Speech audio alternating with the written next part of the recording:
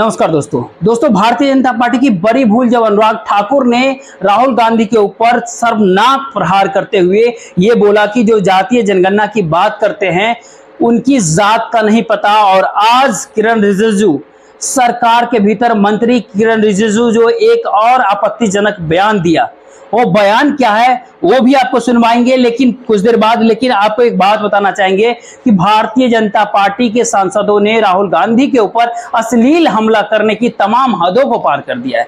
आपके स्क्रीन पर एक मोहतरमा है जिनका खुद का ड्रग्स का इतिहास है। कंगना रनावत कहती है कि राहुल गांधी का टेस्ट होना चाहिए, ड्रग्स टेस्ट होना चाहिए, वो ड्रग्स लेते हैं। एक सांसद दूसरे सांसद के बारे में इस कदर आपत्तिजनक बयान दे रहा है दोस्तों, वो भी संसद के परिसर से। दोस्तों जब अजीबोगरीबी लोग सांसद बन जाते हैं ना, अजीबोगरीब लोग जब सांसद बन जाते हैं बात यही नहीं रुकती है। माननीय रिंकिया के पापा इनके भाषा के इनकी मर्यादा देखिए कि राहुल गांधी उड़ता तीर ले लेते हैं। सही सुना आपने, राहुल गांधी उड़ता तीर ले लेते हैं। इस सब की चर्चा करेंगे लेकिन सबसे पहले आपको वो मंजर दिखाना चाहते हैं संसद के भीतर क्या कुछ हुआ, लोकसभा के भीतर क्या कुछ हुआ। ओम बिरला साहब एक बार फिर से उनके ऊपर आरोप लगा है पक्षपात का। जी, विपक्ष सवाल लगातार उठा रहा है कि इस तरह से अनुराग ठाकुर ने राहुल गांधी का अपमान किया संसद के भीतर। लेकिन ओम बिरला क्या कहते हैं, ये कोई मुद्दा नहीं है, आपके पास कोई मुद्दा नहीं है। और फिर जाकर किरण रिजिजू साहब कहते हैं माननीय सांसद भारतीय जनता पार्टी की जाति जाति करती रहती है कांग्रेस और जाति पूछने के ऊपर सवाल उठाती है। किसने अधिकार दिया है किरण रिजिजू साहब को या फिर भारतीय जनता पार्टी को कि किसी माननीय सांसद से जाति पूछने का? किस अधिकार से, आखिर किस राजनीतिक अधिकार से इस तरह के सवाल आप पूछ सकते हैं? और केवल इसलिए कि राहुल गांधी जाति जनगणना की बात कर रहे हैं संसद के भीतर। जाति जाति नहीं करती है कांग्रेस, जाति जनगणना की बात करती है कांग्रेस। और राहुल गांधी ये बात तीन लोग करते हैं, तेजस्वी यादव, राहुल गांधी और अखिलेश यादव। जाति जनगणना की बात बड़ी मजबूती से कर रहे हैं। भारतीय जनता पार्टी के भारतीय जाति जनगणना की बात करें तो नीतीश कुमार भी जाति जनगणना की बात करते रहे और जाति जनगणना करा के भी दिखाया। तो ये जाति बात नहीं है, इसके भीतर की फलसफा साफ है, जिसकी जितनी हिस्सेदारी उसकी उतनी भागीदारी सत्ता के भीतर। लेकिन पहले ये मंजर देखिए, एक वीडियो बहुत कुछ बताता है आपको, जो कि दिख रहा है पक्षपात किस अंदाज में, किस तरह के रवैया है। ये पक्ष सुधर नहीं रहे भारतीय जनता पार्टी की। देखिए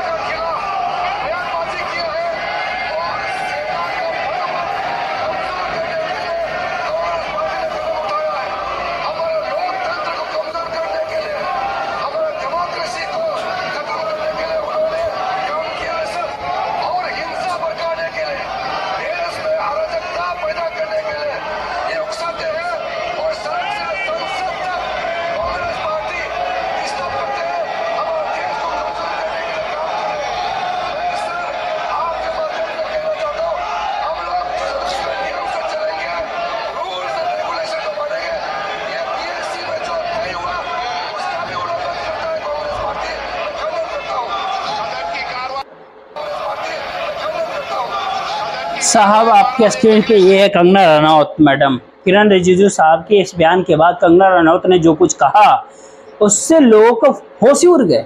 अब लोग सवाल पूछने लगे कि मोहतरमा संसद के भीतर पहुंच कैसी गई, क्योंकि उनका जो बयान होता है वो काफी शर्मनाक होता है, अश्लीलता की तमाम हदों को पार कर रही है। मोहतरमा कंगना रनावत क्या कुछ कहा देखिए आपके सामने, उन्होंने देखिए आपके सामने जिस तरह की बातें राहुल गांधी संसद के भीतर बोलते हैं, उनका ड्रग्स टेस्ट होना चाहिए।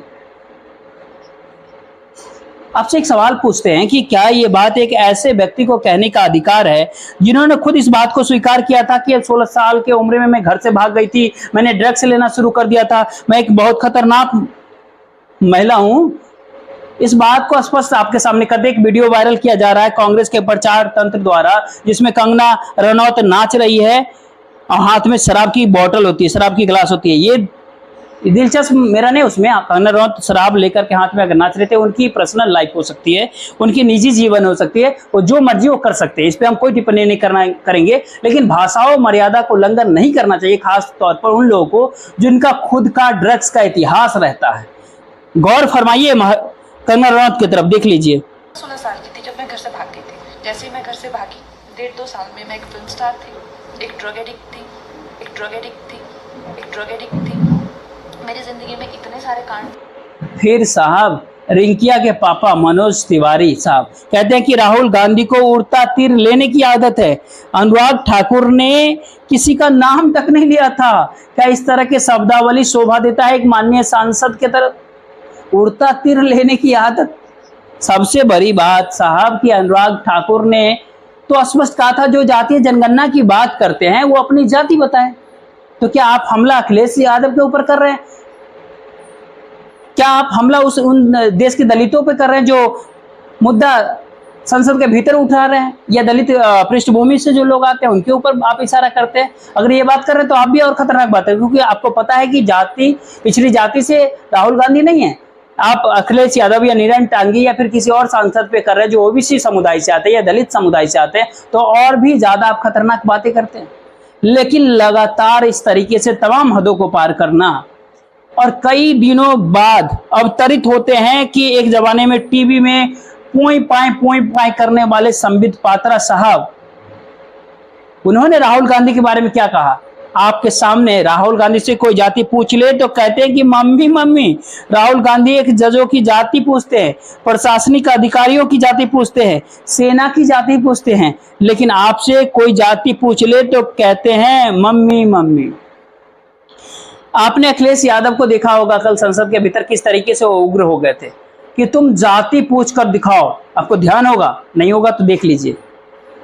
आज अखिलेश का एक और चेहरा दिखा, वो चेहरा क्या, वो भी कल का नजारा एक बार देख लीजिए। सभापति महोदय, मेरा आपसे केवल इतना निवेदन है, माननीय मंत्री रहे हैं, बड़े दल के नेता हैं, मंत्री रहे हैं, बड़ी बात कर रहे थे, मैं महाभारत शकुनी ये सब बातें कह रहे थे, दुर्योधन तक यहाँ ले आई है।